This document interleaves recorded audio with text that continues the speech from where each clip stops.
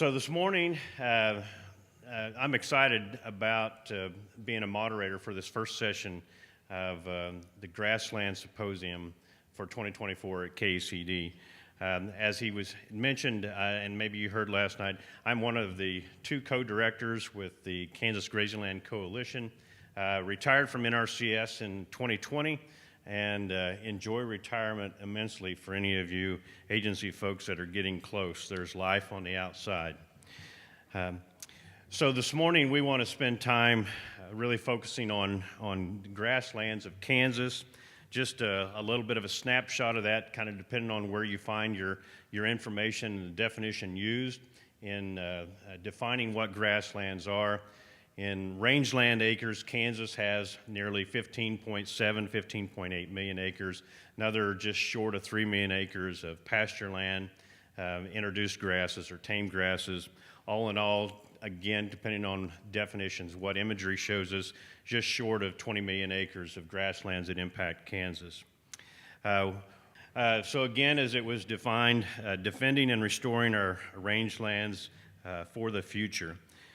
From east to west, from tall grasses to mixed grasses, to sand sage prairies to short grass tablelands, the landscapes identified as Kansas grasslands are diverse, historic, world famous, relied upon, flat, rolling, majestic, awe-inspiring, and under the pressure of threats such as fragmentation, urban expansion, noxious weeds, and woody encroachment, just to name a few, like never before. Their importance is duly noted, and their impacts touch all Kansas communities through the water we drink, the air we breathe, the food we rely upon. Their financial impact is quite substantial to the state of Kansas and to the United States, not to mention the farming and ranching communities that we live in. To understand these threats also requires us to understand generations in the past, present, and especially the future are watching our response to addressing an imperiled ecosystem, a threatened grassland biome. The evidence is clear. The battle lines are drawn, although arguably they're becoming closer and closer together with every growing season that passes and every prescribed burning opportunity missed. What will we do? What should we do? What coalitions need to be formed? What education needs to be focused on? How much time do we have? I hope and personally believe that from this time forward, we will be able to look back on this moment and say today made a difference. Today, as a conservation community, we took a stand to make a difference in our state, our counties, our communities, and on the land that we have been blessed to be stewards upon. This morning during this session, we will have three speakers. The first is a fellow landowner, an educator, a community leader. He will be followed by a science advisor, a leading researcher that brings a timely message of truth and reality. And finally, we will hear from the Kansas Secretary of Ag. All three bring an element of passion to this topic. There's absolutely zero reason that I should be up here with these guys especially, but even as we look at the session to follow up here, as I look at the list of folks that will be talking to you this morning, it's a great honor to be with them. These are what I would consider heavy hitters in the world of rangelands and grasslands, and it's just really a truly special opportunity to be up here and address you all this morning. In the spirit of this week, hopefully you've given some thought as to what's coming up Thanksgiving. When Dan first asked for me to be a part of this, he didn't really give me a whole lot of guidance. I thought we were just going to be on a panel, and David kind of freaked me out a few days ago when he called and said, "Hey, do you have your slides ready?" I'm like, panels don't have slides. Well, I don't have slides either, so we're gonna kind of shoot from the hip on this. But as I thought about it over the weekend, and knowing that Thanksgiving's coming up, Dan originally had charged me with just giving some comments and perspectives on what I see through my role as a public educator within the Extension Service, what I see and what I'm hearing as a land manager and a rancher in north central Kansas, what I'm seeing and hearing as an organizational member trying to contribute to the greater good of what's going on out there.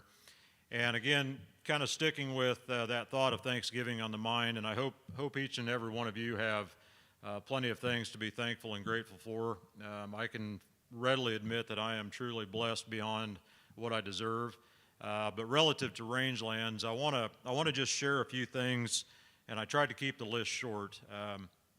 But I want to just give you a few items that, again, relative to grasslands and rangelands in Kansas, what I'm specifically grateful for as it comes to that. First of all, I want to be grateful. I am grateful for the opportunity to be here today. I mentioned that I'm amongst some of the greats that I've looked up to for a very, very long time, had the opportunity to work with on numerous occasions. But Dan, wherever you're hiding there in the back, thank you for this opportunity. Both through my role as a rancher and land manager, as well as just being a member of organizations, and then through extension, I've had the opportunity to do a lot of cool things. I've had the opportunity to go to a lot of cool places, but it never ceases to amaze me that I guess the wait is worth it, because some of these things that I've had the opportunity to do recently have only come after 20, 25 years of kind of being in the grind. And last year, about this time, I think it was actually August, Dean Crable had invited us to be a part of the Working Lands for Wildlife Conference in Manhattan. Maybe one of the coolest things I've ever gotten to do. Folks, this would rank right up there with it. I was told a long time ago when I started taking that dreaded speech class is you get the most nervous when you're talking to your peers and the folks that you respect the most, and that's truly the case today. So again, thank you for the opportunity to be here and be a part of this discussion. The second thing that I'm grateful for is simply what David talked about, the grasslands of Kansas. I grew up in western Ottawa County. We didn't have a large family operation, but my dad was a true conservationist from the word go. He's got the reputation up there of clipping cedars before they come out of the ground. True conservationist, and it didn't really rub off on me, or I didn't realize that it rubbed off on me till I got, I guess if you want to use the word educated, and I reflected back to the values and skills that I have today are strictly because of him and managing the land the way that he had really taught me to do that. And again, it's not a large operation, but it's one that he's always thought highly of and taken great care of, and now I've been charged with that task myself. But looking across the landscapes that David had described, as you go from east to west and north to south, we have got an extremely diverse grassland ecosystem in Kansas, ecosystems. I had the opportunity this last weekend to take my two boys and meet up with my brother-in-law and some friends to do some pheasant hunting between Waukene and Hill City. Oddly enough, that's not a portion of the state that I'd really spent much time in. And so it was new country for me, and it was just amazing to see the variability of, again, just within our borders. And I think sometimes we ourselves, who are the managers and caretakers of those grasslands, take that for granted. And I know good and well that the folks driving 80 miles an hour down I-70 take for granted, because they do not stop to look and see what's out there. And so we've got a huge opportunity with the variability of grasslands and each of the strengths, the weaknesses, the opportunities and threats that go with them. I mean, each of us can define a short list of serious challenges that we have in each of our grassland areas, whether it be in the extreme southeast in some of our tame grasses to the extreme northwest in some of our short grasses up there. We all are battling something. And I think that's something also to be grateful for, is that we do have that common bond. You know, our operations differ dramatically from one end of the state to the other. Even within Ottawa County, operations differ quite a bit. But that common thread is that we are managers of God's creation, these beautiful grasslands of Kansas that are matched nowhere else. I didn't fully appreciate that till I had the opportunity to start my career on the eastern edge of the Flint Hills as a county agent for David Kraft. People like him and others in that county really taught me what it is that we've got, and folks like Gary Kilgore started me on a whole new level of education that I had never had planned on having, and it's paid dividends for me, and I'm so thankful for that. I'm also grateful and extremely thankful to the partners that have come along in this journey. We've had a lot of projects going on, especially over the last 4 years. I will tell you that in my short career, and maybe others that have been in this a lot longer can agree that we are in a monumental time in history. There has been no other time that I can recall that grasslands have been the front and center of the discussion as it relates to conservation. It's unprecedented. We've got exciting programs out there that are designed specifically for the betterment and protection of our grasslands. We've got conversations happening in places that grassland conversations have never happened before. And it's because of partners like we have in this state, and I can say, having worked with people in other states, they don't have what we have here. We have a statewide coalition of partners that truly care about what's going on in our world as it relates to grasslands and working landscapes. We've got an initiative right now. We're trying to breathe new life into the Smoky Hills Grazers Association. So those of you in the Smoky Hills region, take note. That was not driven necessarily by any one group, other than it was a partnership. We've got, and I'm going to miss somebody, but Wildlife and Parks, Extension, who else? We've got Nature Conservancy, we've got U.S. Fish and Wildlife Service, we've got, Kansas Grazing Lands Coalition. We've just got a whole bunch of partners that want to see something good happen for the ranchers in that area. And it's not from the standpoint that they want to have ownership of it. They want to help lead the charge, light that spark, get it going, and have that fire, that anecdotal fire burning strong, and then hand that ownership back off to the ranchers.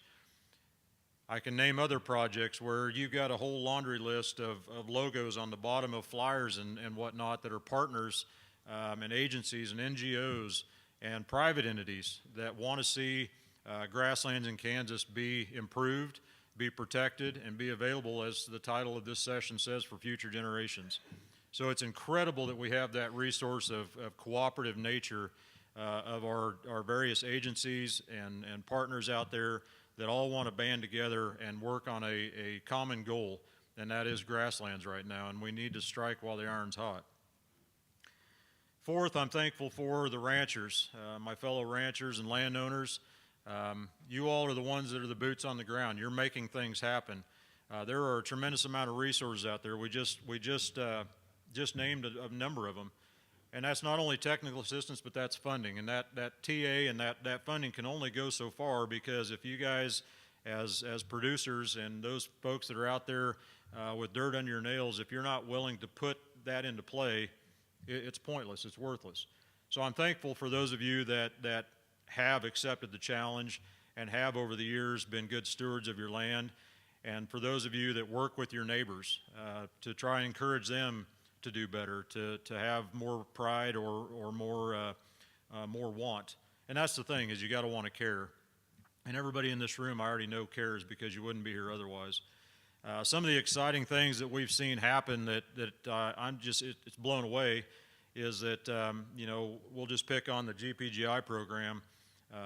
Smoky Hills was one of those areas where it was a priority area. And when we had our delivery specialist out there beating the streets trying to promote the program, some people said, well, it's not for me. I'm not really that interested. Well, now I see those same people cutting trees. Luckily, they're my neighbors. But those same people are cutting trees. So what I'm saying is that they've kind of caught the bug.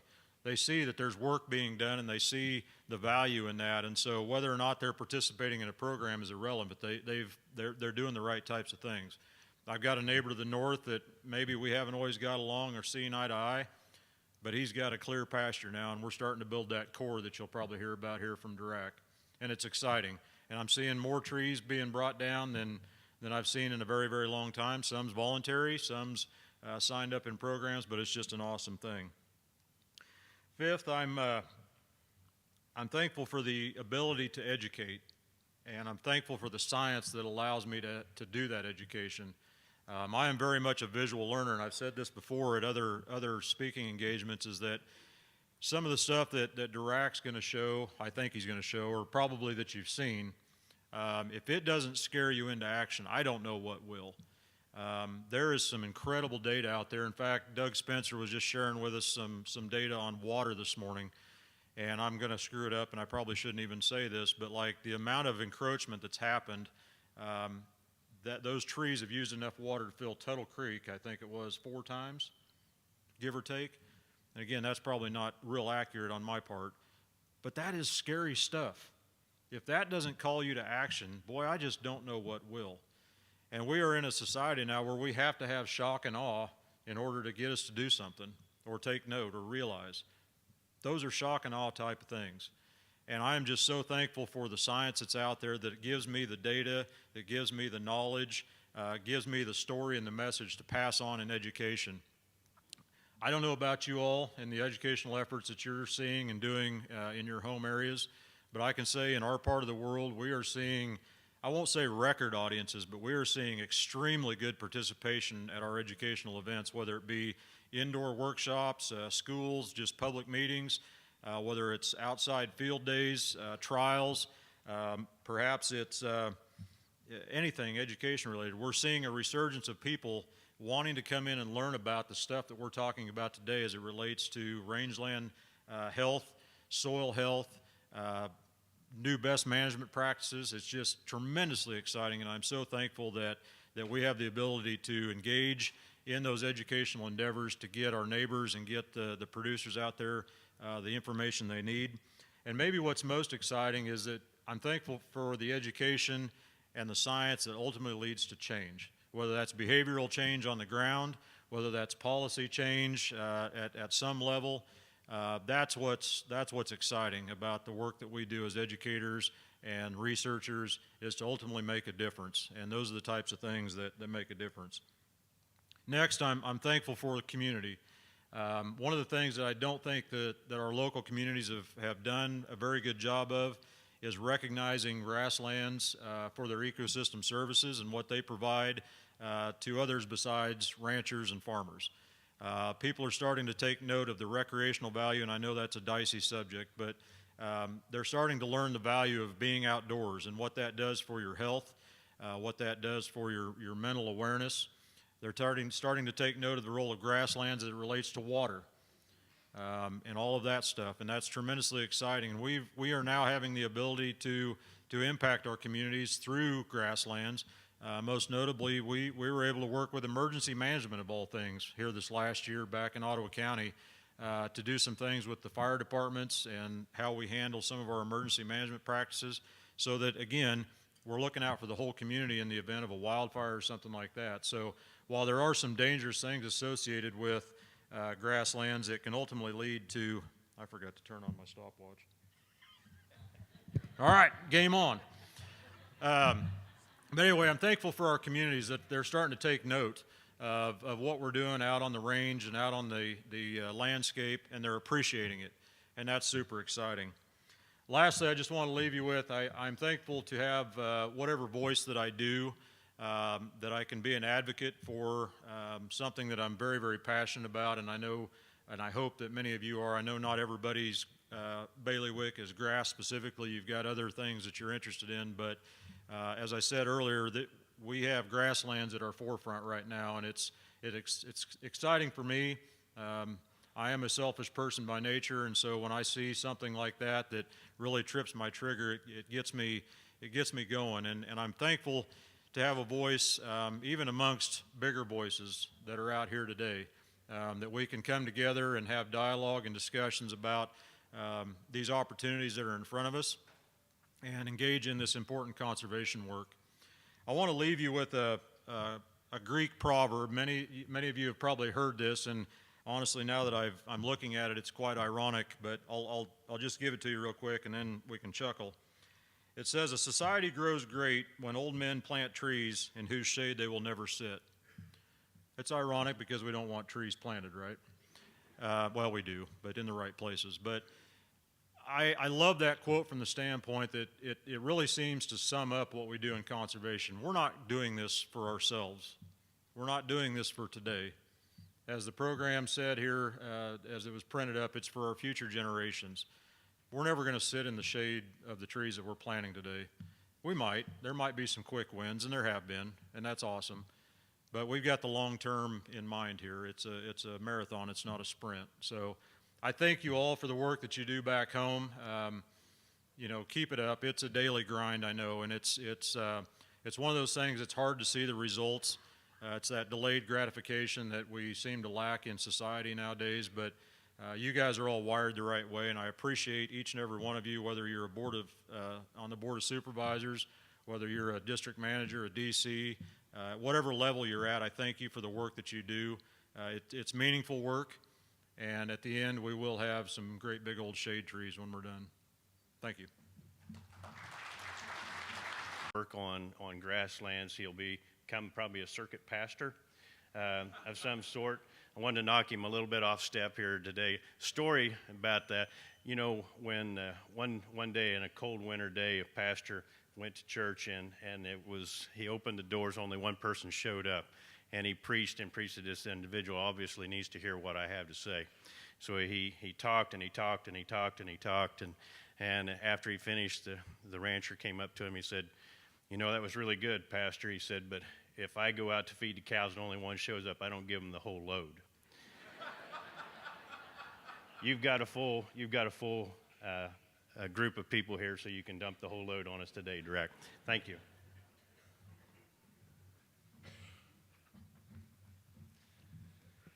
All right, thank you. Yeah, really excited to be here. Yeah, I did bring slides, so you know, whether it was a panel or not, I'm coming with slides.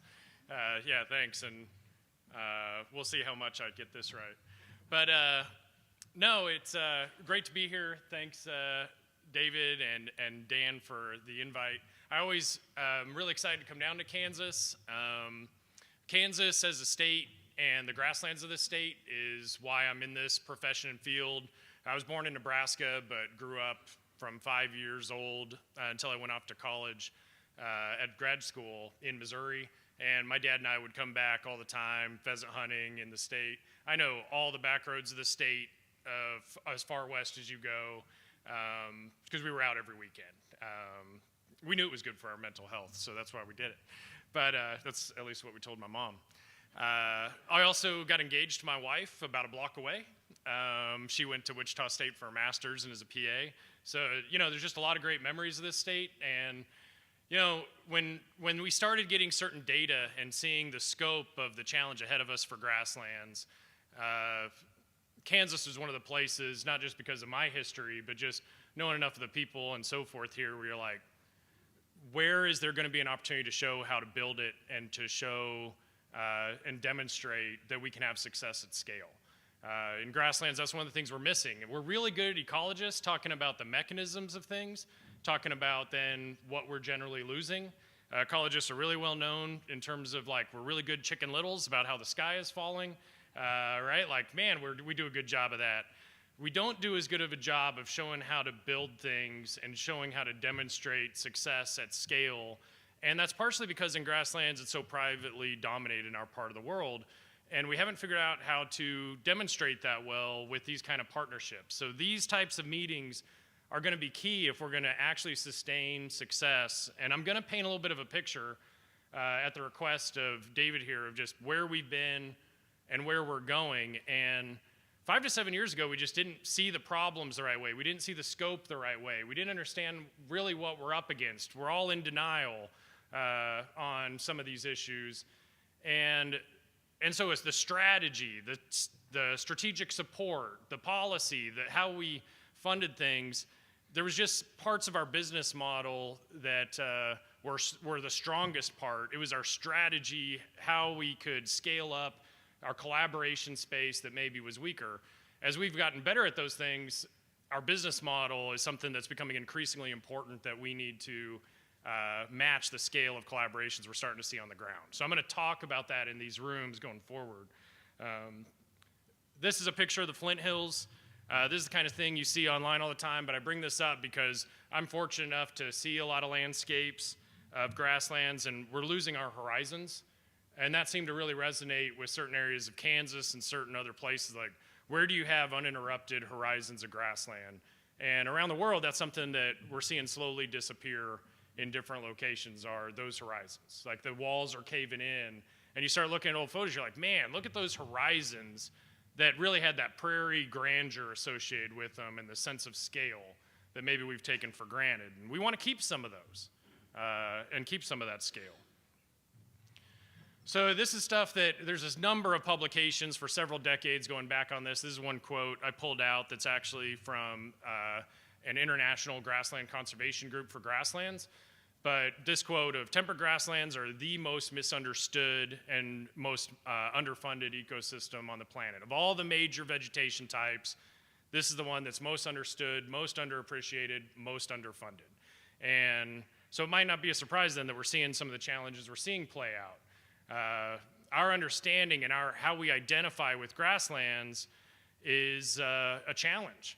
So this is something my kids, we're gonna go see my in-laws here in a week. They give my kids every Christmas like this Kids Weekly, the Week Junior magazine, real popular one, goes out throughout the entire country, huge youth readership. And it was a month ago where they're like, oh, Dad, check it out, the site of the week.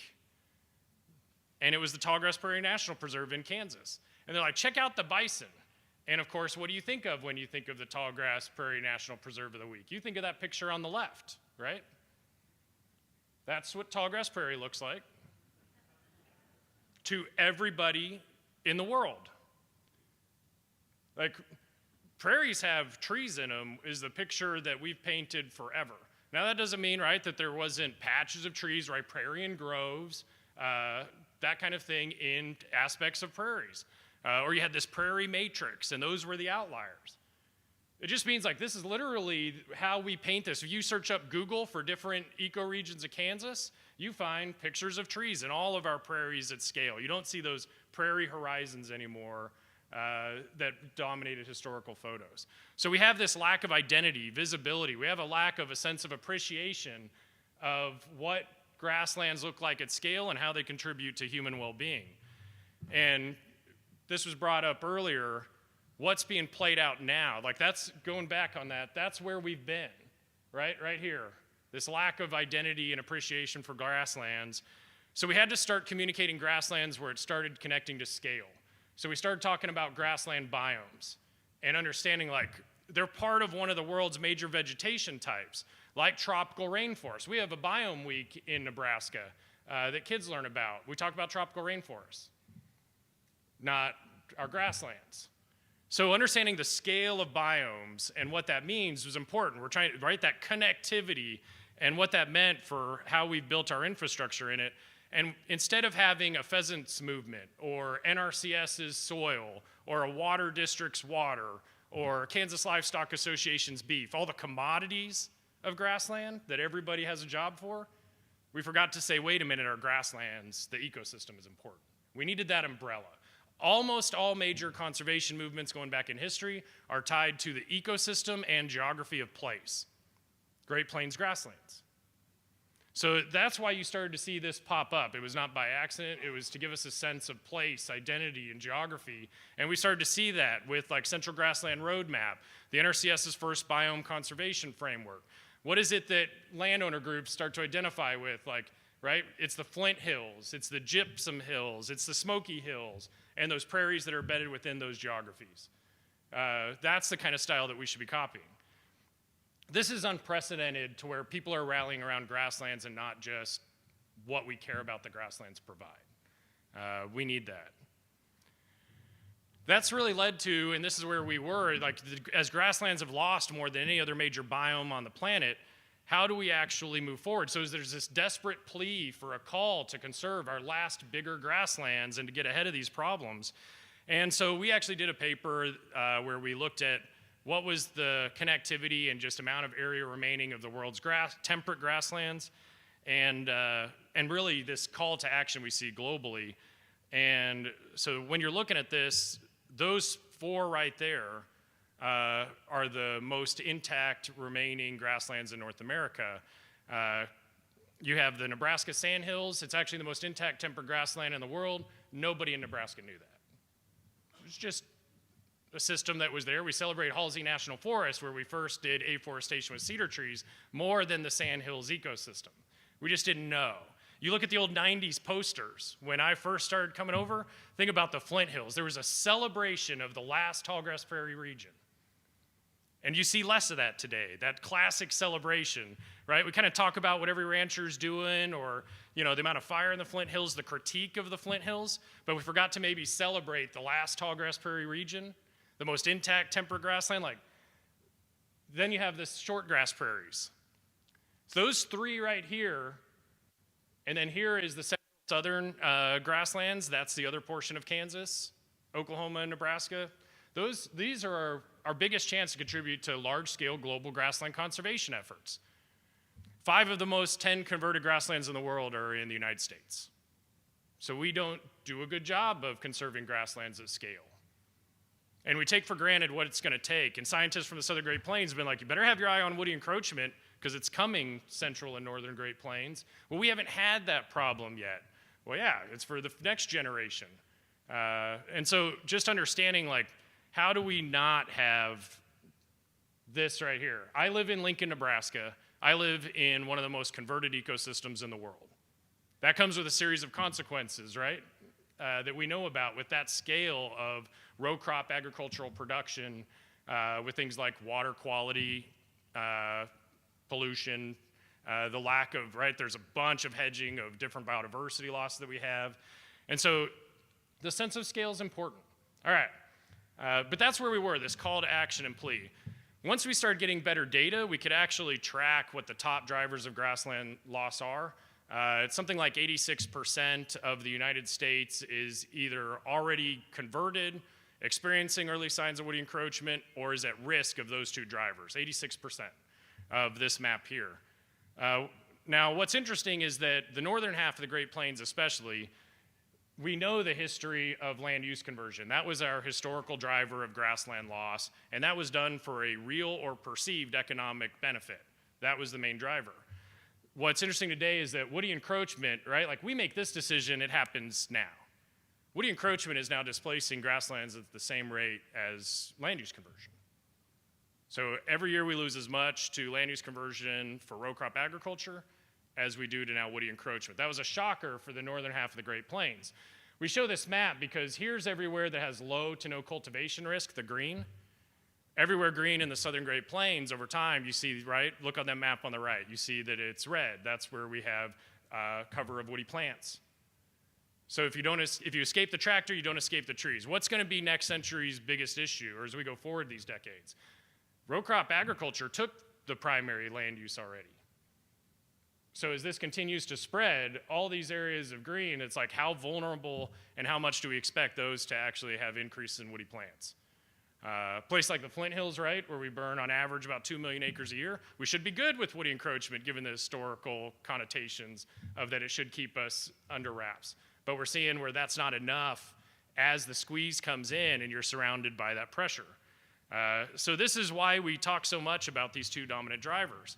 So to answer David's question of where have we been, here's our mantra for the history of grassland conservation. And think about this, right? We are losing grasslands more than any other of the major vegetation types on the planet, which means that that's our legacy, is those consequences that come with that. It's like engineers going, yeah, we built these bridges, but man, they fail quick, right? Like society tends to judge our profession of like, we gave you all this money, there's more money coming to grasslands, continue to lose. What'd you do with it? What were the outcomes? What were the benefits of actually those investments?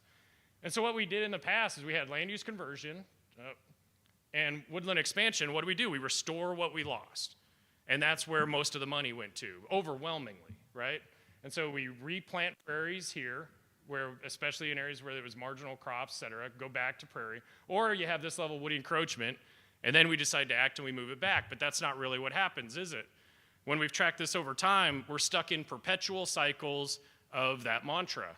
So what happens? Talking with FSA, which we have a 5-year project with them on across the Great Plains, it's their least durable program within the Conservation Reserve Program. So almost half gets plowed back again. And then what do? Oh, we're going to restore it again, right? Like, so what is that? That's the business model. We're all just doing our jobs. But the business model of conservation incentivizes this perpetual cycle.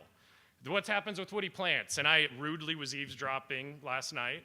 And somebody goes, oh yeah, we finally got after that and cut all those cedar trees in this area of central eastern Kansas. and now 1 million of them are coming back. Yeah, we have all that data. What happens? Oh, we go out there and we cut it. But then millions of them are coming back, and just so you know, we've already published this kind of work. It comes back faster the second round, and comes back faster. So the speed of the re-encroachment or re-invasion process increases. And that means that the lifespan of the treatments aren't what we thought they were. And getting back what you lost is harder. It's less economical. So if you don't have this problem, great, we don't want you to, because it's such a problem from the economics, which we've actually started to track and look at. So we want to get out of these perpetual cycles. There's not a successful paradigm in the world that would be caught in this kind of trap. We want to escape this trap. So that's what I'm going to hit on more. Like, that's the old mantra. That old mantra didn't matter as much when we had local issues. But when you're talking about biomes and you're talking about large-scale grasslands, it becomes important.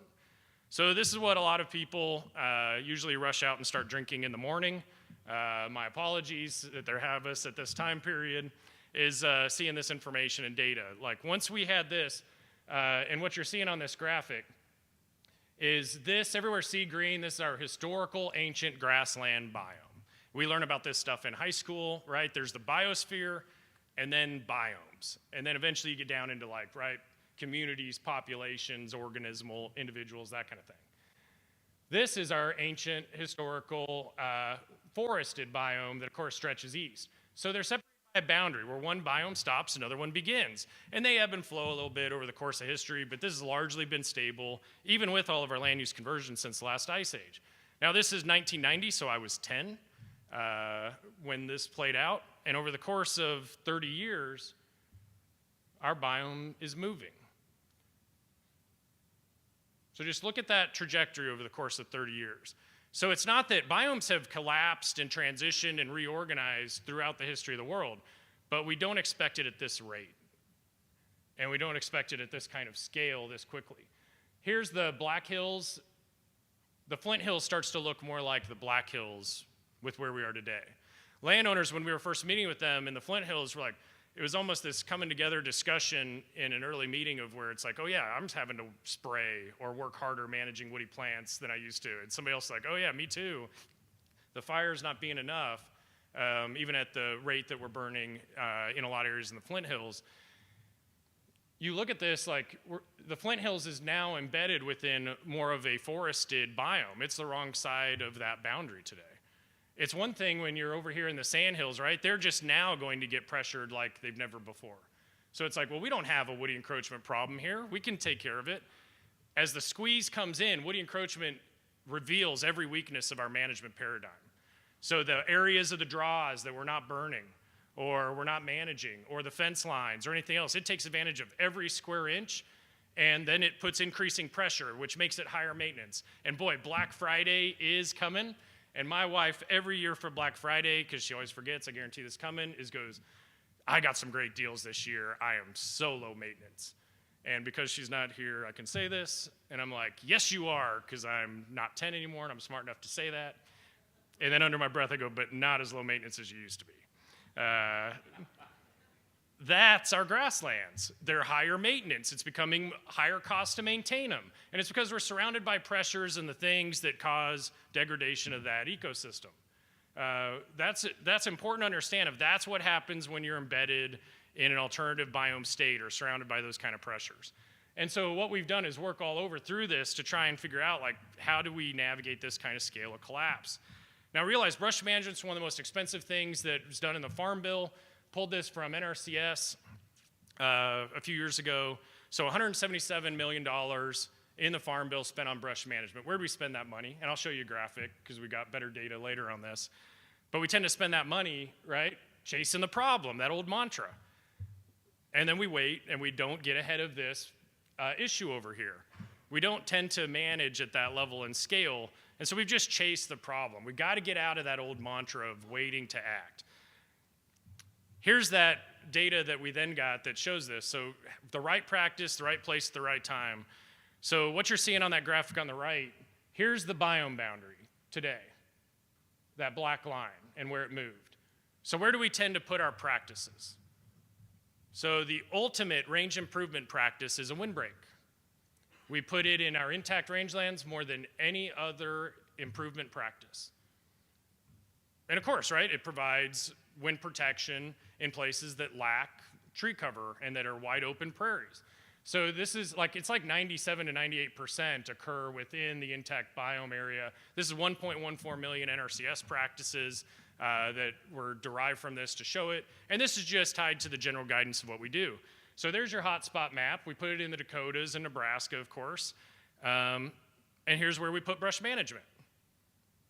So that's the legacy of the grassland technical guidance and science and extension, right? Like, we plant trees, and then generations later, we're like, oh, well, we have to do brush management.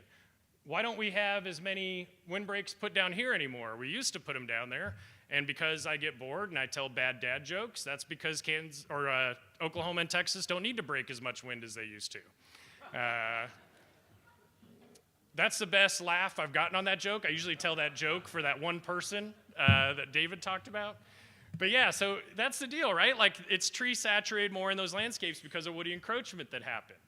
And we just want a better plan, right? There's nothing wrong with these practices. We just don't have a sustainable strategy to conserve this ecosystem. We need to be able to plan around practices.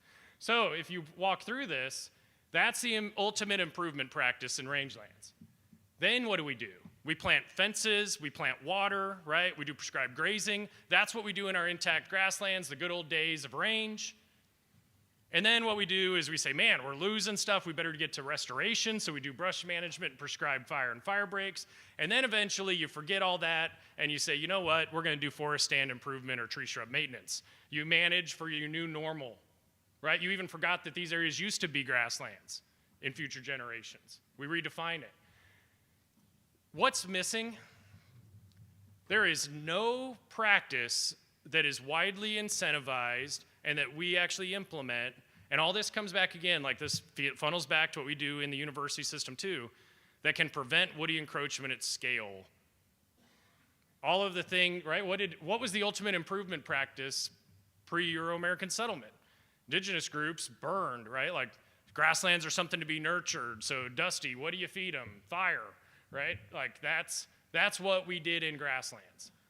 That enhanced the resilience of these systems where woody encroachment, right, things like eastern red cedar, one of the most fire-sensitive plants in the Great Plains, was restricted as a local tree source.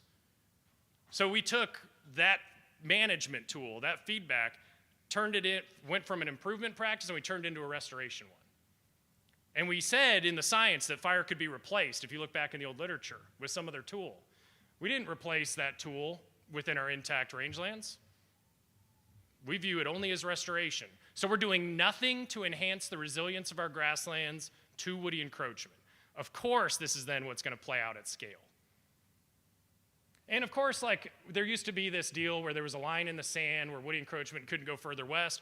We've studied that, we've published that. That's not true. We have woody encroachment happening in Wyoming, in the western area of the Great Plains, in Montana in the western area of the Great Plains, up into Canada, the northern area of the Great Plains. We know that that line in the sand is now not correct. We just didn't have exposure to the seed sources that we do today, and it takes a long time for these kind of things to manifest. So this is what our legacy is in terms of cartoon land. So this is then what Nebraska Cattlemen put together several years ago when we first started showing some data and didn't have these maps and everything we have now. So I think this is just their depiction of what we were starting to understand and present. So what do? It's like, and I just love the tone of the graphics here. You know, I sure am thankful for the cost share. Couldn't be more in love and proud at this moment, and couldn't be more cursing, you know, dad, grandpa, or the same person, or the neighbor, right? Like, as this plays out, nothing wrong with the practices. We don't have a good plan to meet our ultimate goal. I get asked all the time, what are the benefits of our practices? And it's like, to me, asking, what's the benefit of a hammer? That's not really the goal of what we're trying to achieve and why we have our jobs. How are grasslands performing? What is that land use providing? Right? How important is that ecosystem to the state of Kansas? Like, these are just tools that we use, and if they don't come together as part of a plan or a strategy, it's like asking that engineer, hey, what's the benefit of that tool? Well, I can build a bridge, I just don't know how, but thanks for giving me all the money to do it. We gotta have a better plan on this stuff going forward. And we funded people to deliver practices. We didn't fund people to develop a plan. So the business model, right, and the strategies. Now, when you get biome level collapse and biome level transitions, you get biome level consequences. So it's not just like Jim's cows on his ranch. People are like, but that doesn't affect me in Wichita, Lincoln, Omaha, and you absolutely bet it does.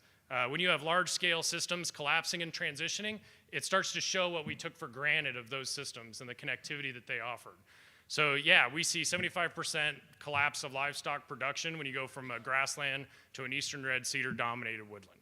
75% in every state with long-term data on that. But it's not just, right? It's not just if you care about livestock production. Things like the American bearing beetle, threatened endangered species that rely on grasslands in certain areas, right? Those crash when we go from a grassland dominated habitat to a woody dominated habitat. Pollinators that require grasslands as part of their life cycle. Grassland plant diversity, or if you care about things like big game like pronghorn or mule deer, things like that that actually start to abandon sites with early signs of woody encroachment, especially with things like cedar. Or the greater prairie chicken, the only prairie chicken not to make its way onto the endangered species list so far, and that the stronghold in the sandhills now, the biome's on the front door, right? So what does that lead to? Increased regulation, which we've avoided largely across some of our grassland areas. Or it's increases, if it's not this traditional livestock wildlife side, other additional research showing increase in tick-based vectors, or West Nile virus being higher in eastern red cedar woodlands than in deciduous forests or grasslands. If it's not that, it's all the discussion about water and the complex aspects of what's changing in water dynamics across our system. If it's not that, it's increases in wildfire danger. And 10 years ago, I used to be talking about how Texas and Oklahoma would be the next Rockies, the next California. And I stopped saying that over 10 years ago when I was down in Texas because it was there in 2011, 2012. And I said Kansas will be the next Texas and Oklahoma and Nebraska. And that's now here. And why is it here? We have a volatile fuel source widely expanding across our areas because we have some practices for a benefit that plant things like cedar and other practices that remove it, but without a sustainable plan where we can actually prevent this from really taking off. So we have volatile fuels spreading, which is like 1940s, 1950s, Western wildfire 101. And we can't get ahead of it. Why? Because we chase the problem. We try and get back what we lost because we're really good in crisis mode. Or it's things like even school funding, where we have 1 million acres of grazing lease land in places like Nebraska, where all the revenue goes to fund public education, which means that goes to kids funding in Omaha, Lincoln, Kearney, Grand Island, true ecosystem services coming from rangelands. It affects every citizen in our states. That's why grasslands are important. And that's what we're losing as we're losing these biomes. Now, we didn't have the kind of data to play the big game, and we do now, and so I'm going to hit on this a little bit, but we know how much grass we now produce and how much we've lost to woody encroachment in our rangelands. Walking through this, when I first came to Nebraska, they're like, we don't have a cedar problem in Nebraska, and this was November 2013, so I'm in my 11th year there. And I was like, well, that sounds like an interesting hypothesis. I think I'll test that. I was more snarky back then than I am now. So South Dakota, we should have already been working in South Dakota. So from 1990, as woody plants increased, and we can model this, they lost 145,000 tons in South Dakota. You can see the counties of where you see a reduction in yield. In agriculture, we call that a yield gap. What do we want to do in all of agriculture? We spend billions of dollars in research and technology on this, prevent yield gaps. What do we do in rangelands? Wait till you lose it. Then we'll try and get it back when it's more expensive. No other sector of agriculture has that kind of technical guidance. We try and prevent losses in yield. Let's do that, right? Which, by the way, scientists forever have said we'll never do because we just can't get past that denial on how we like to do the good old days of range. 145,000 tons. Every year we'll lose a little bit more. Nebraska used to look like South Dakota, 420,000 tons. Kansas used to look like Nebraska, 2 million tons. Oklahoma used to look like Kansas, 4.5 million tons. All of this depends on how much rainfall these years, right, of what's grown and what woody plants take out. But as woody plants continue to march, it takes land out of agricultural production. It takes land out of wildlife habitat and wildlife production. That's what woody encroachment does that's different from, say, land use conversion.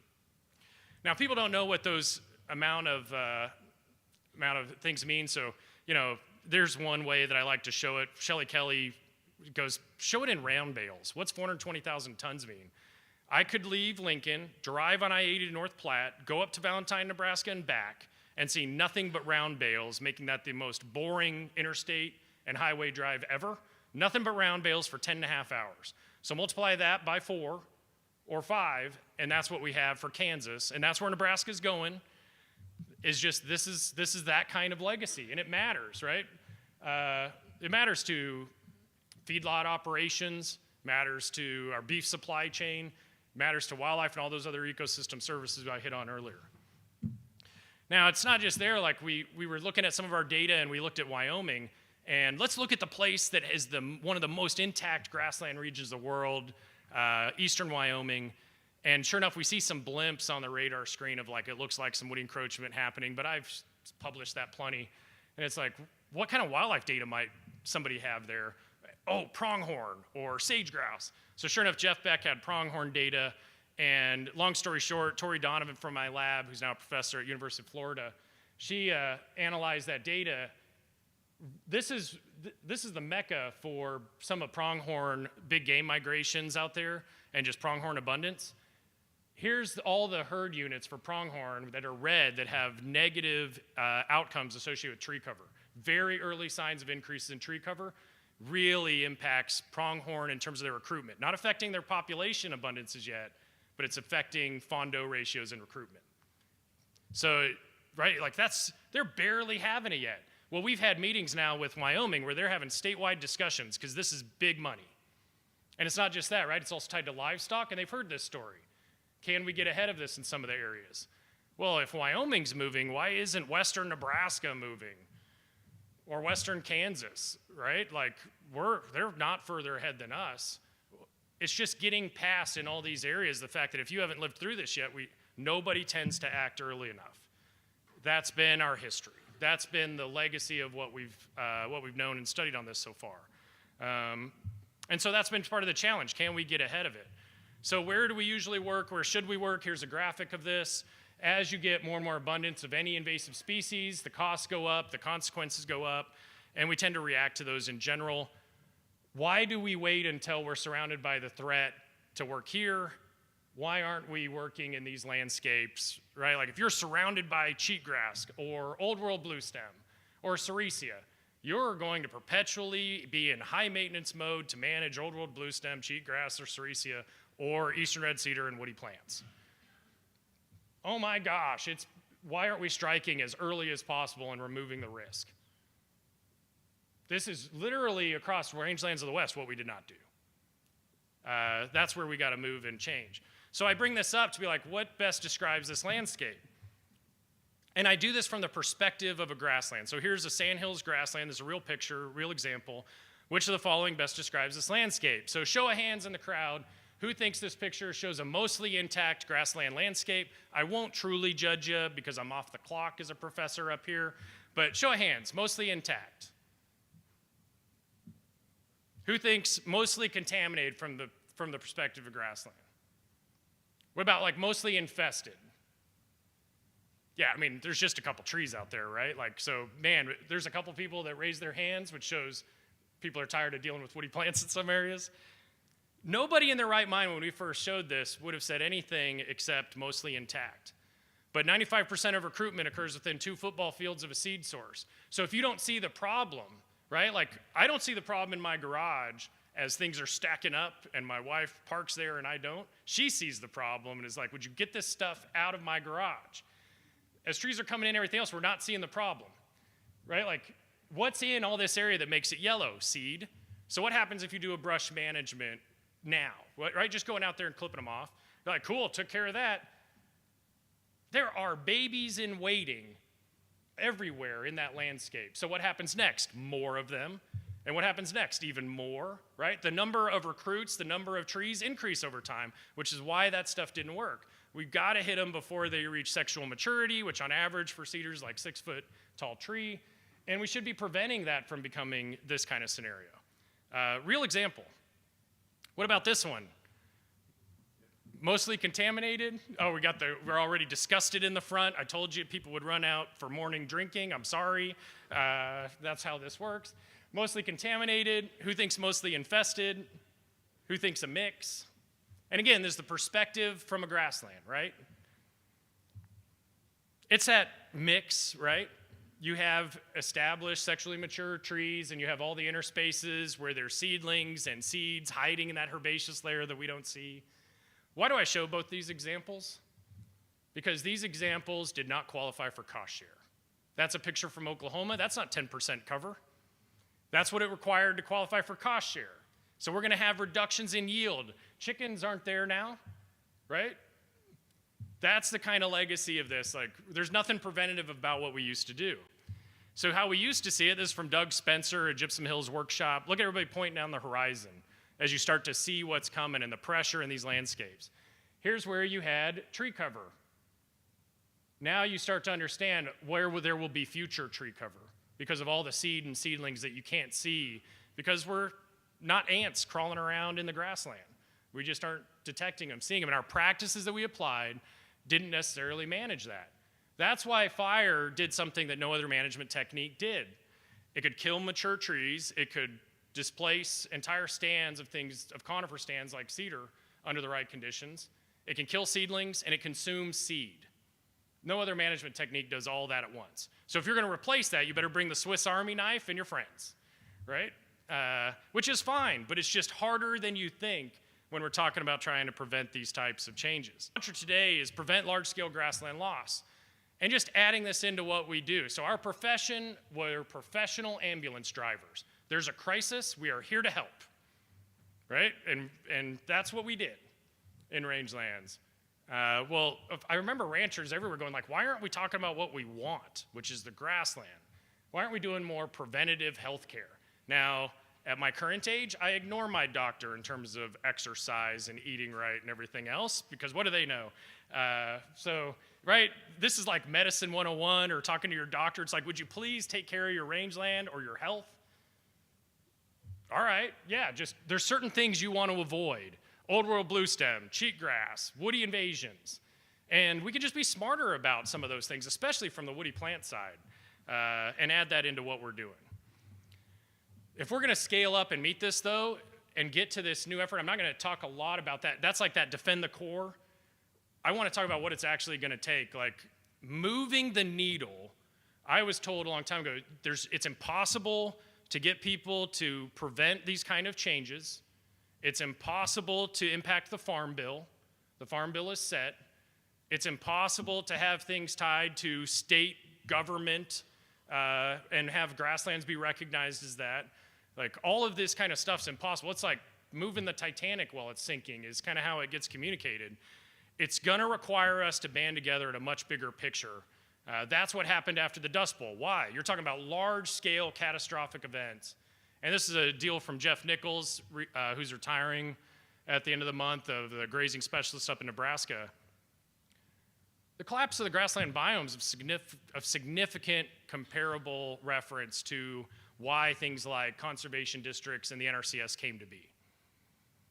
This is where our fields initially, land-grant institutions, conservation districts, NRCS, we were designed because of this scale of problem. So when we're talking about the loss of grasslands at this scale, this is our responsibility in order to be able to navigate, mobilize, and make our jobs work better for us. And so that's why I moved. I play in these different spheres. I've done very basic resilience theory research. I spent more time in applied ecology, but there's this whole domain of user-inspired research. So if we're gonna try and navigate biome collapse, I needed to embed myself with landowners, with the partners that work with landowners, better understand that real world and not my ivory tower. It's not good enough to be an interdisciplinary professor across hydrology, range, fire, wildlife. We need to be able to better understand the gauntlet that landowners and you all face if we're gonna truly create solutions around it. And so that's called translational ecology or co-production or user-inspired science. And this is something that we don't have much funding for. Funding goes more to basic research than it does to user-inspired research. That's why you don't see scientists on your teams, because that's not where our funding and our business is. So we have to demonstrate success at scale which means there's these principles associated with it: co-production of knowledge, engagement of diverse partnerships, long-term commitment, because you can't fix these things in a day, knowledge exchange and learning, where I learn more talking with landowners in these groups than when I'm outside of it. It helps build my ideas in science. And that there's co-ownership in the process, not just an external science critique, and also where it's not just like, oh, I'm just doing my job, we're doing these practices. There's co-ownerships in our grasslands being sustainable and providing the benefits that they're supposed to for society. And that leads also to decision framing context, where we're part of that as groups of teams. That's where I see a future of this going, but we have to demonstrate success of how to do it. And we reference that as the ultimate experiment. Can we show and demonstrate examples of how to successfully navigate a collapsing biome? That's like the Great Barrier Reef is collapsing with all the bleaching, tropical rainforest, you name it, all these big discussions. Can we successfully navigate that kind of collapse? Because no scientist in the world thinks you can.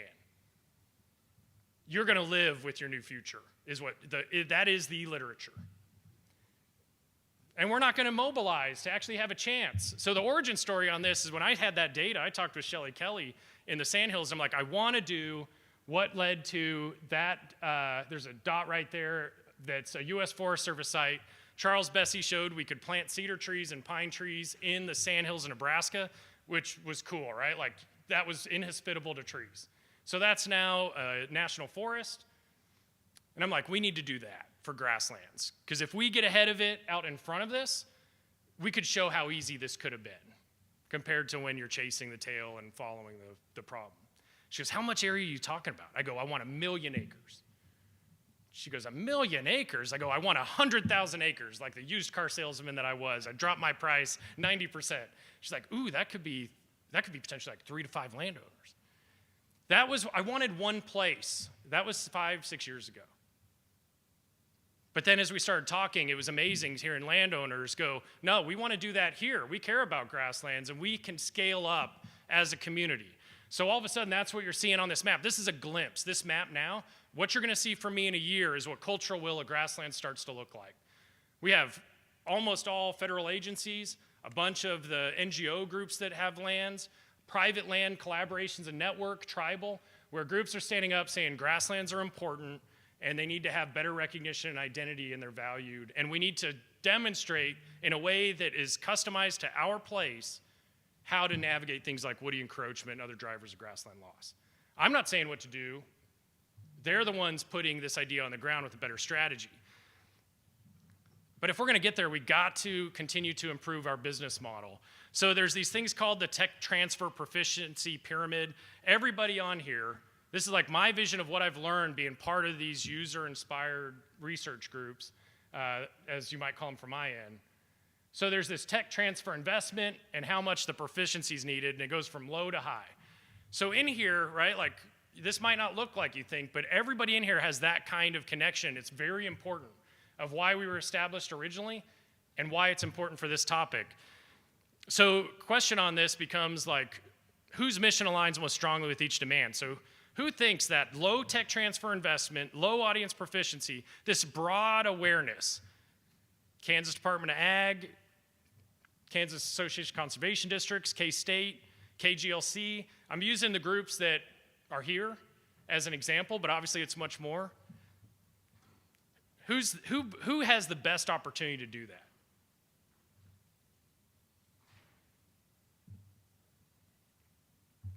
That's Kansas Department of Ag. Not Kansas State, not University of Nebraska. This has connections to the governor's office, to the general public, and this is low investment. They don't have the capacity and capital of what we do in the universities. So I'm going to give an example of that. What about knowledge tied to general training or information synthesis? That's our universities, right? Because that amount of technical investment and what we try and achieve from audience proficiency goes up. Now, we might do more than this, right? I'm just generalizing here. What about the skills, where we start getting specialized hands-on skills? KGLC, right? We have these schools. I'll show an example from their website here in a second. And then place-based action, that is our local working groups. That's like these conservation districts and that type of tech transfer there. That's where you have really high investment. Do you think we're all on the same page? Not, boy, forestry did a great job of having everybody on the same page. Grasslands, we didn't build that umbrella for grasslands like that. We should learn from that example. But there's something missing here too. We don't have the information flow and funding flow for this to communicate as a system. We're just all doing our jobs, but it's not flowing correctly up and down the chain. So this is a little glimpse of what this starts to look like. I'm gonna go pretty quick, and I'm gonna use examples from all over. Here's Nebraska Department of Agriculture. And I asked ranchers, and I have a meeting December 6th with Nebraska Department of Ag to where we're bringing this up. And then you go to the table of contents. So as a rancher, do you see yourself in this? We have beef, pork, dairy, corn, soybeans, wheat, hay, and alfalfa. And then you get down there and it's like wine, grapes, Christmas trees, hemp, hops.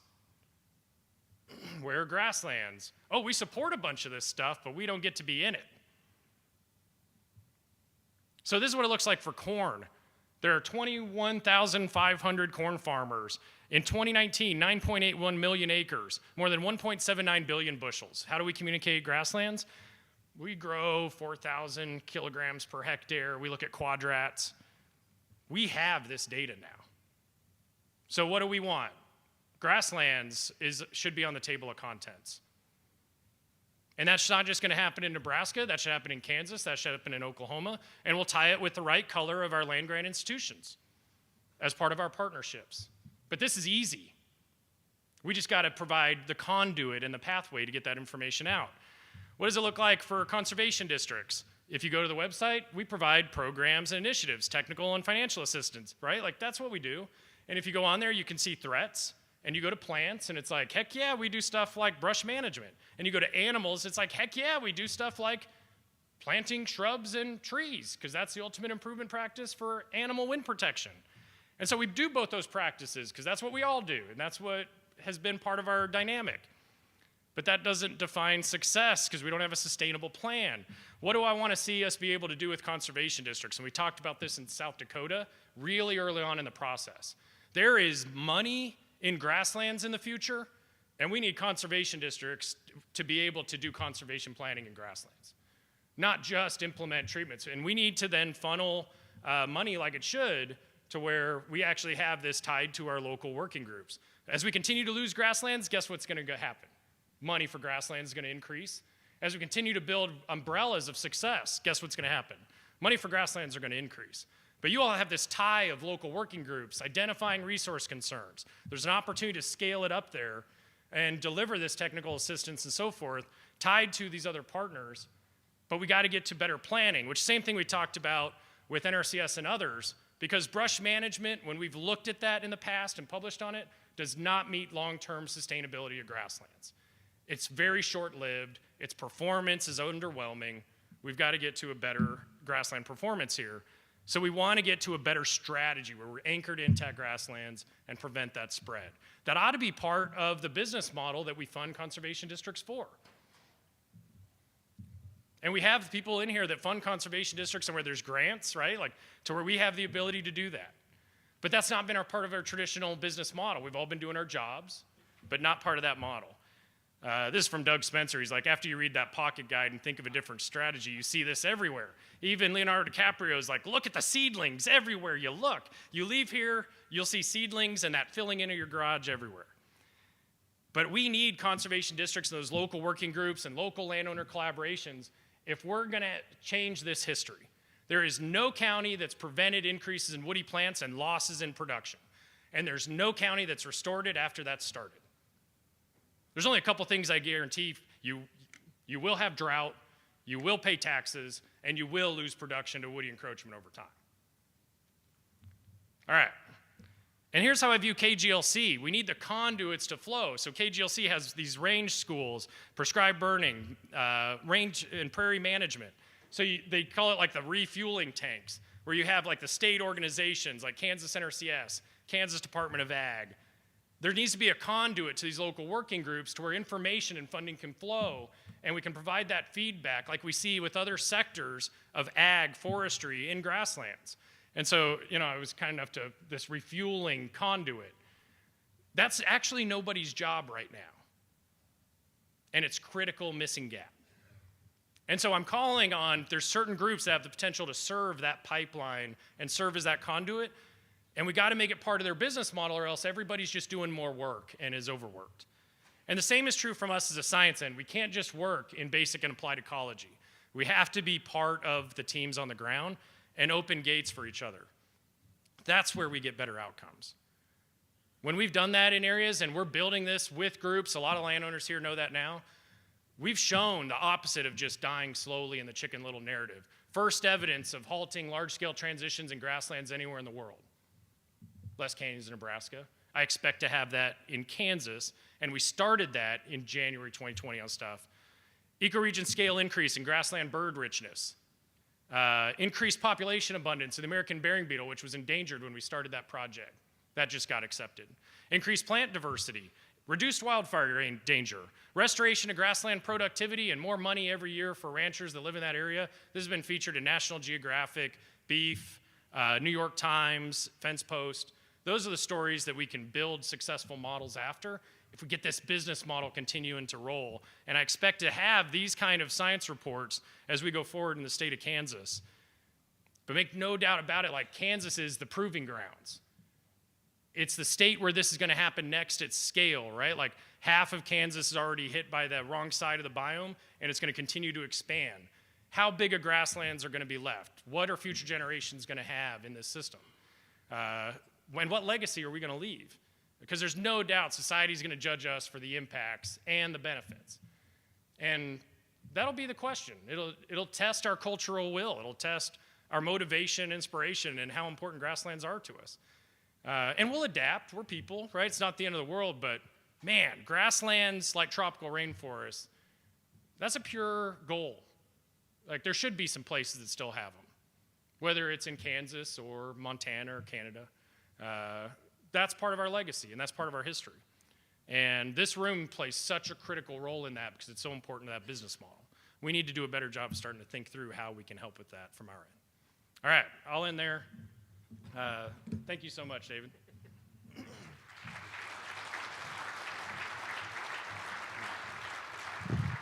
Thank you, Drac. So just a reminder, if you've got questions, go ahead and enter those in. We'll be fielding those in just a moment. So now I'd like to introduce to you Mike Beam.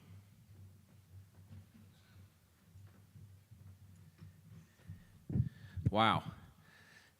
Thank you so much for being here. Thanks for inviting me to be up here. I think my role was to maybe summarize or put an explanation point on some of the comments by our previous speakers, both Cade and Duroc. I'll do that. I'm going to be really brief because I want to get into the Q&A and responses from all of you. But I would just say to start out with, Cade mentioned what kind of brought him along into being an advocate for our grasslands. And you know, David gave you my bio. He mentioned animal science. So when I started many years ago, and all I looked at grasslands was as a place to put cows. And I'm so thankful for the jobs that I've had, the career where I got to know producers and ranchers who have taught me about grasslands. Some of you I see in the room, I don't want to go through the list because I'll miss somebody. And folks like David and Doug and others at NRCS, I've learned so much about grasslands. And so now I'm coming to the point of realizing in my later stages in life that how important and vital conservation of our grasslands is, particularly in Kansas, as Duroc said. And I often go back, and I'll paraphrase this, but Jim Hoy, who many of you know is an author, historian in the Flint Hills, and of course I recognize all of our grassland areas, but in this case he refers to the Flint Hills, and I'll paraphrase, the Flint Hills doesn't take your breath away like the Rocky Mountains, but the Flint Hills gives you a chance to catch your breath. And I can really relate to that. And where else can you go if you just want to listen? Go to the grasslands and just listen. People buy those tapes at bird stores, pay lots of money for them to plug it in and listen to nature. So this obviously, to me, and I think many of you, is a major natural resource challenge. We have several in the state, and you would have heard from Don yesterday about water. Water is our emphasis right now. It is a priority. We are going to put state resources towards it. Why is it? Well, it's essential for life. But I would argue that nowhere before do we have the measurement and the data. We have Kansas Geological Survey, Division of Water Resources. We got the data. We know in the High Plains Aquifer, if nothing changes, how many years we have left. We know in our reservoirs with sedimentation what time frame we have. So we have a matrix. We have a goal. But do we have that in our grasslands? Not till Duroc come along, in my opinion, where he takes the large look at it. And I've followed some of the data. I'm hoping he'll give me access to those slides, or at least some of the data, but there's tons of it. But I often, I lost my piece of paper, but we had a wildfire task force, and so we were trying to get a feel for how much has been lost.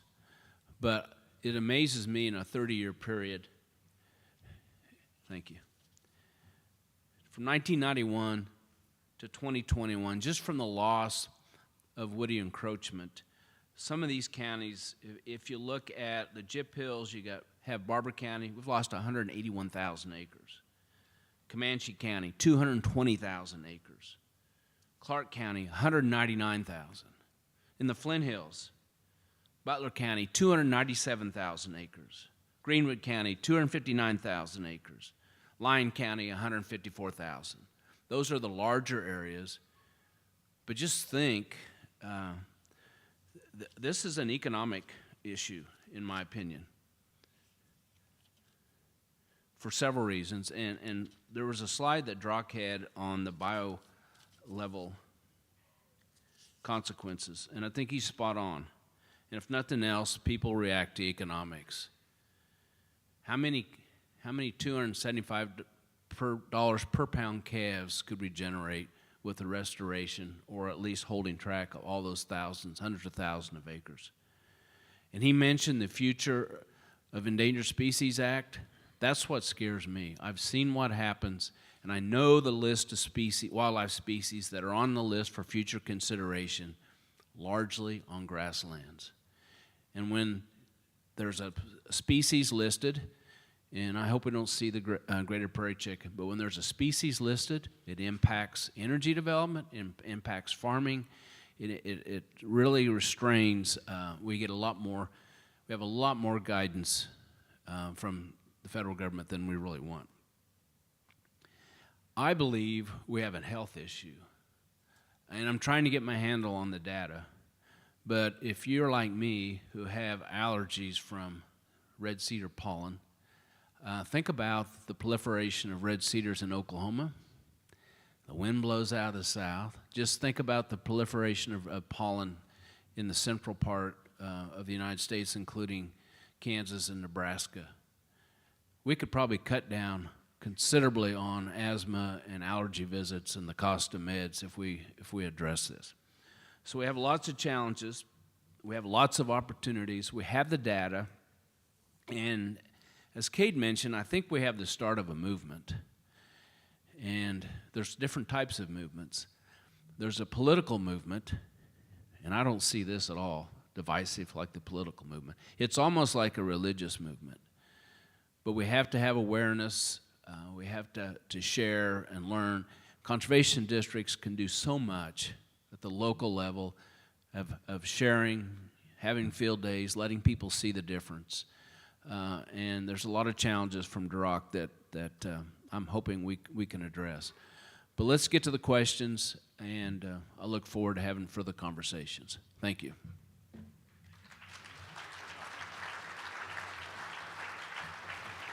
First of all, let's give all three of those gentlemen a round of applause again. again.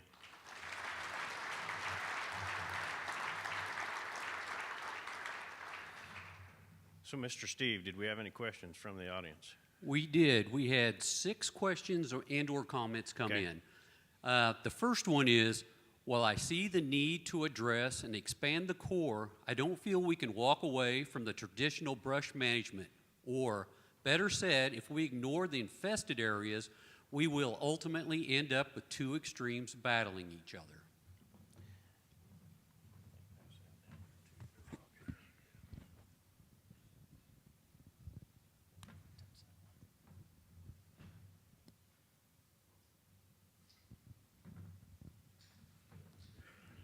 All right. Well, I guess you all didn't hear enough.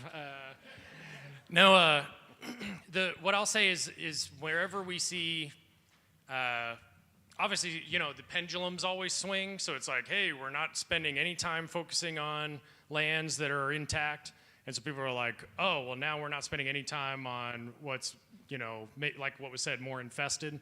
The best communities of landowners want to hit them all at once. And that's where all of those often are leveraging fire and so forth.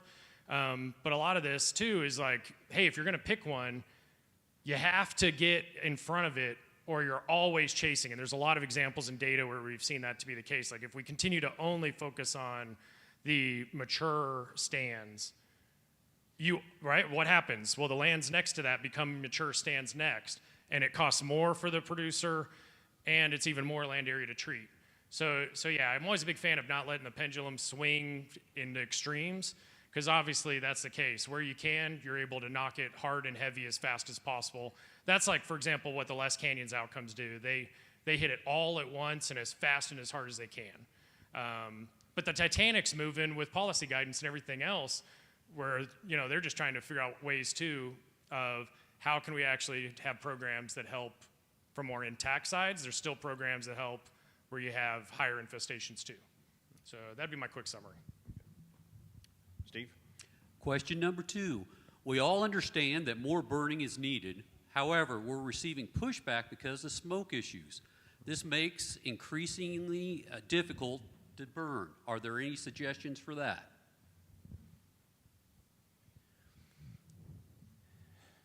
So I think that is a challenge. Many of you may know there is a smoke management plan that Kansas Department of Health and Environment put together with some of the folks in this room 14 years ago. And with pressure from EPA to do something. And I was encouraged because a couple weeks ago, KDHE pulled the folks back together. And you folks have enlightened EPA folks. They understand the need to burn. They understand the importance of our grasslands. But on the other hand, they have federal requirements for air quality that cities, populations areas have to meet. And if they don't meet it, then they've got to put a lot of expensive measures in place. But I know the EPA folks that I deal with, they want to see more burning. So it's a challenge, but I don't think it's as big a challenge as we've had in the past. And so we need to be more creative on timing of burning, when we burn. I think our bigger threat is adjoining landowners and residences who do not want to burn, nor do they want you to burn. I think that's probably a bigger threat than the smoke for air quality. Frequently, I see cedars and ditches of state or county highways in a lot of areas. The producer is trying to keep his land clean, but can't touch the source in the ditch. Is there a problem? Is this a problem for others? And if so, is the state doing anything about that? I suppose I should respond. So we have made some progress. We deal with Kansas Department of Transportation on invasive species, not just woody encroachment. And I think you can't see it, but I believe we're making progress, and we need to up that. I know KDOT has told me that they've went out to cut a few trees along I-70, and people started calling in complaining about the state out there cutting down trees. So I've encouraged them to maybe do that at night.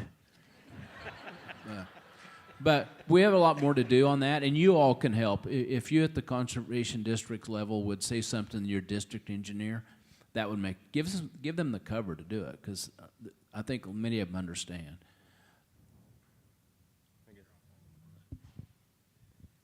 I really like that question.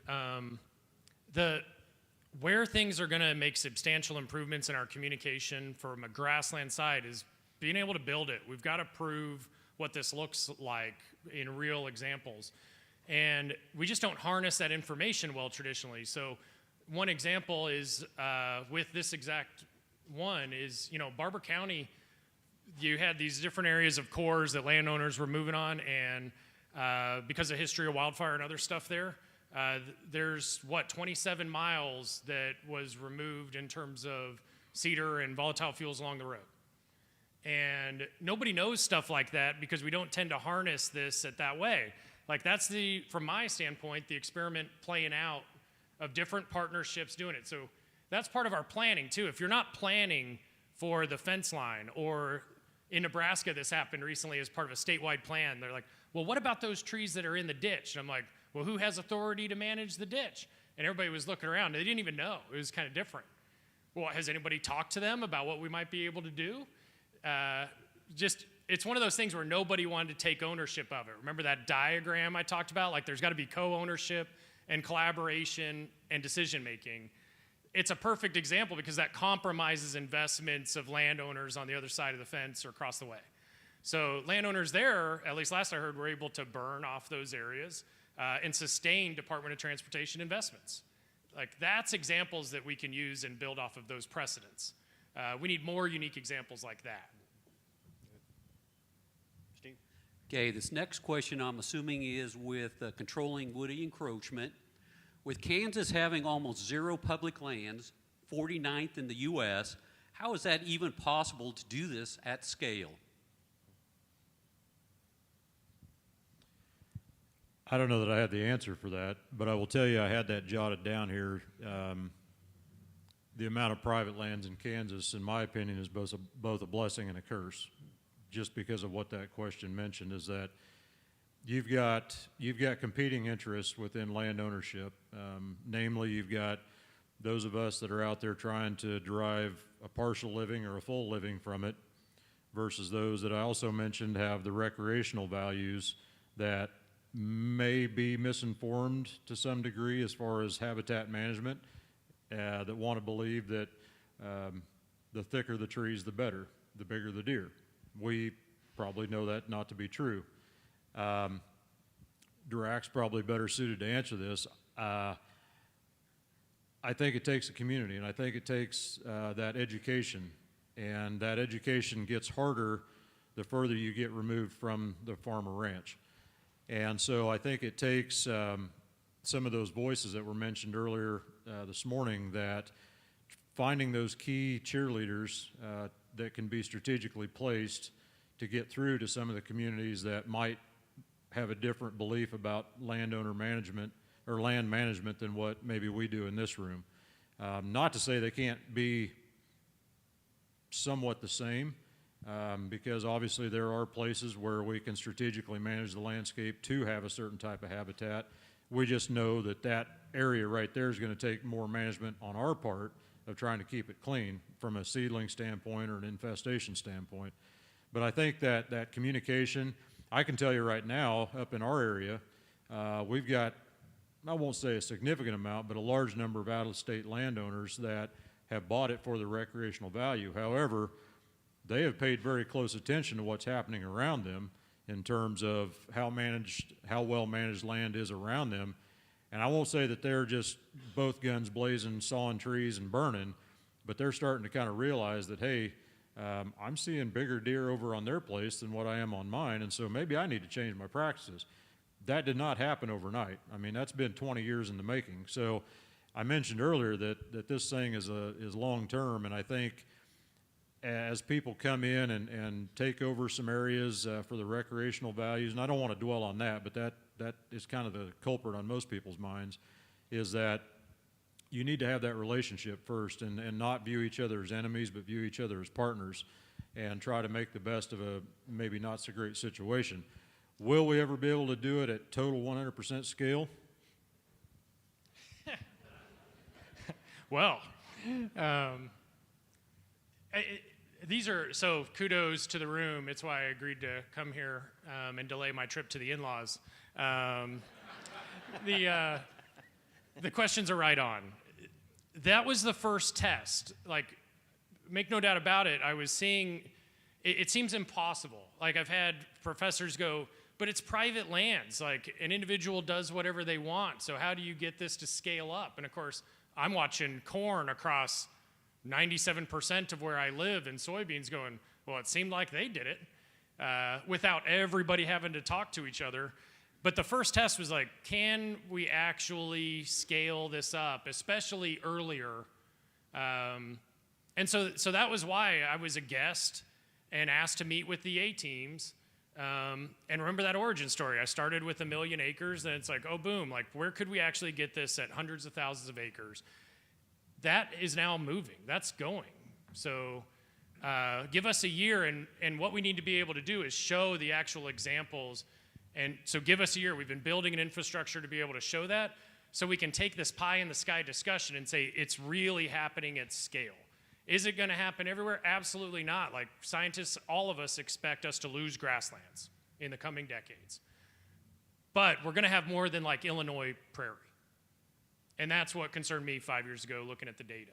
Like, so how big it becomes depends on these rooms, the motivation of landowners in areas, and there's no right amount of size and area. It's just for an area, it's bigger than what it was going to be 5 years ago, and that gives me a lot of hope. Once we show that, we can copy that. So I know that right now it's a bit of pie in the sky and so forth. Showing that where landowners are willing to, right, look at the, hey, peek under the dirty rug and say, here's how this is being built at scale, we can copy that in other locations. So that should be the next 5 years of what we're talking about in a room like this. And you said you had 2 more questions? I'm going to let's go with one. And if it's not the question that somebody wanted asked and you chose which one, Steve, it's your fault. Okay. Okay, the last question is a 2-part question here. And with climate change becoming worse than projected, is it possible grassland biomes in Kansas and elsewhere are shifting? And the second part, if so, do we focus on those areas that have a higher chance of viability or retain the focus on the traditional grassland biomes? I think they're looking at you, Drac. We looked at each other and said the same thing. What was that first part of the question? With climate change becoming worse than projected, is it possible grassland biomes in Kansas are shifting? Well, yeah, you're seeing it now, and I think there's a lot of frameworks out there, especially tied to global change drivers, climate change, invasive species, anthropogenic, intensification, you name it. And so one of the popular frameworks, for example, is like called the RAD framework, like where to resist change, where to accept the reality, and where to direct it into something novel and new. And that's going to be Kansas. That's going to be Nebraska. Like, there's going to be total compromises in, and so what do scientists generally recommend? The areas that are most intact, where you have grasslands, have the best shot, except it really comes down to people and cultural will. But in general, all things else being equal, it's easier where you don't have all the threats and pressures playing out already. Where you already have bombarded with invasive species triage and tons of woody encroachment, you're either accepting your new reality or directing it. And the more that we think that way, the more we can direct programs. So one of the conversations we had is that take Eastern Red Cedar, where would I accept change? Well, you have areas near Kearney and Grand Island where we've got housing developments that have taken place in really dense cedar areas. So what are we unwilling to accept in a landscape that now that's a built infrastructure? Houses burning down. So what program am I pointing to? Firewise, which means that's a perfect pathway on this issue to Kansas Forest Service, Nebraska Forest Service, right? That's what we want to do in those landscapes, because we're not getting prairie chickens back or other ecosystem services. But over here, we want our water, we want our mule deer, we want our prairie chickens, we want our pheasants. That's where we have the potential to resist change more. Over here, it's like, well, maybe we want to avoid monocultures of cedar, and we're looking at sumac or dogwood as a better alternative, right? Like, the world of grasslands is going to be compromising over the next several decades. But that's why we're having this conversation today, is because people generally want to resist change everywhere and get back what they lost, and you're not going to get it, not with what's coming. And that's the point of this. If you can't do it with cedar, which is the easiest of the problems, everything else is coming. So that's the point, right? That's why being able to prove success around this gives us hopes around other global change drivers. So great question. And that's what we hope to be able to communicate around. Hey, we didn't go back to grassland, but boy, this human development is safer from wildfire danger. That's a success story, navigating this kind of change. That's where this should go. So yeah, great question. I'm going to let Secretary Beamy want to make one last comment, and then we'll close this up. Well, I think one of the answers is awareness. I mean, let's just think of you all. How many of you believe that loss of grasslands to wood encroachments and other invasive species should be one of the top natural resource concerns in the state of Kansas? So I challenge you, you need to spread that word. You need to be disciples of that message. And please don't go home early. The next panel really can provide some very creative ways on how to do that. So I'm looking forward to that. And lastly, I've been having conversations at the suggestion of Duroc and Dean Crable and others with ranchers about how do we grow this movement, how would we move the needle. And so if you're really interested in that, at 1 o'clock we're going to gather and have a conversation about maybe some next steps. So you're invited to do that. I think it's Eagle Ballroom, I believe, is where we're going to be at. Enterprise Boardroom. Very good. All right, well, thank you again for attending this morning. Hopefully you learned something as I did as well. Again, the next session will begin at 10:30, so take a quick break, get you something to drink, use the restroom, and be back in here at 10:30. Thank you.